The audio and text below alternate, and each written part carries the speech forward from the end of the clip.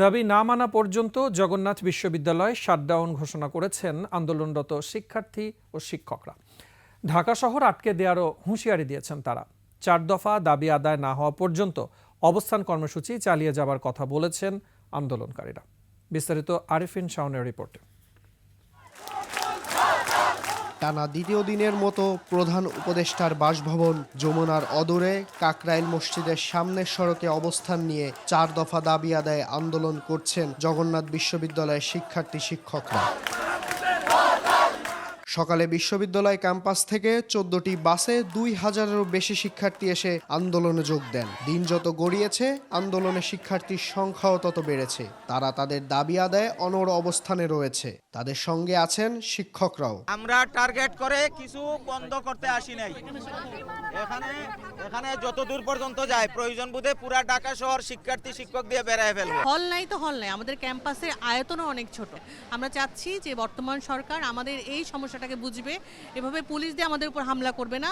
আমাদের ছাত্ররা একটা নৈতিক এবং এটা আসলে তাদের প্রাণের দাবি। বুধবার পুলিশ অনেকটা মারমুখী অবস্থানে থাকলেও বৃহস্পতিবার তারা শিক্ষার্থীদের সরিয়ে দেওয়ার কোনো চেষ্টা করেনি। তবে তারা যাতে যমুনার দিকে যেতে না পারে তার জন্য ব্যারিকেড দিয়ে রেখেছে। এখন যে কোনো ব্র্যান্ডের পুরাতন এসি বদলে নতুন ওয়ালটন এসিতে উপভোগ করুন 25% ছাড়। আমাদের যে দাবিগুলো আছে সেগুলো সঠিকভাবে মেনে না নিচ্ছেন ততক্ষণ পর্যন্ত আমরা এখানে অবস্থান করব। আমরা এই মৌখিক আশ্বাসে বিশ্বাস করি না।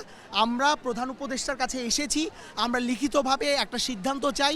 3 দফা দাবির সঙ্গে বুধবার পুলিশি হামলার বিচারও দাবি করেন শিক্ষার্থীরা। তারা এখানে আমাদের উপর হামলা করেছে, যেহেতু এটা বিচার করে আমাদের যে দাবিগুলো সেটা পূরণ করে আমরা বাসায় ফিরবো। যে পুলিশ আমাদের উপর আক্রমণ করেছে তাদের বিচার না করা হবে ততক্ষণ পর্যন্ত আমরা এই রাজপথ ছাড়বো না। বুধবার দুপুর থেকে কাকরাইল মসজিদের সামনে অবস্থান কর্মসূচি শুরু করে জবে শিক্ষার্থীরা। রাতে উপদেষ্টার সাথে বৈঠক হলেও কোনো সমঝোতা হয়নি। ব্রিফিংয়ে উপদেষ্টা মাহফুজ আলমের ওপর পানির বোতল ছোড়ার মতো ঘটনাও ঘটে। আরিফিন শাওন, 21 টেলিভিশন, ঢাকা।